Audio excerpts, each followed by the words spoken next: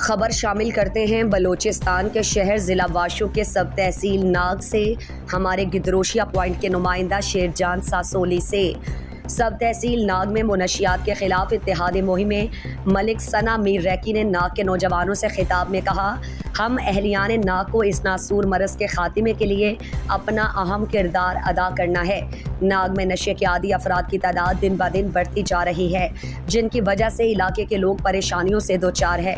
انہوں نے ناگ کے تمام سول ورکر، سماجی کارکنان، سیاسی رہنماؤں سے اپیل کی کہ وہ متاثرہ افراد کی فیملی کے ساتھ مالی تعاون کریں تاکہ ہم ناگ کے منشیات سے متاثرہ تمام افراد کو علاج اور معالجے کے لیے حماد مسلم ریہیبلیٹیشن سینٹر پنجگور میں داخل کروا سکیں اور علاقے میں نشے کا خاتمہ ہو جائے۔ انہوں نے کہا کہ وہ بدقسمتی سے ہم ایک ایک کر کے منشیات کے عادی افراد کو علاج کے لیے لے جاتے ہیں، جب وہ تندرست ہو کر واپس آتے ہیں تو پھر وہی منشیات پینے کے دھندوں میں لگ جاتے ہیں۔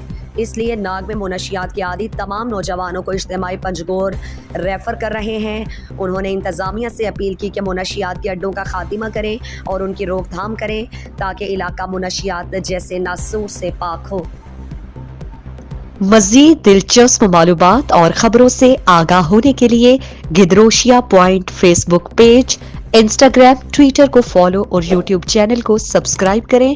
بیل آئیکن بٹن دبانا نہ بھولیں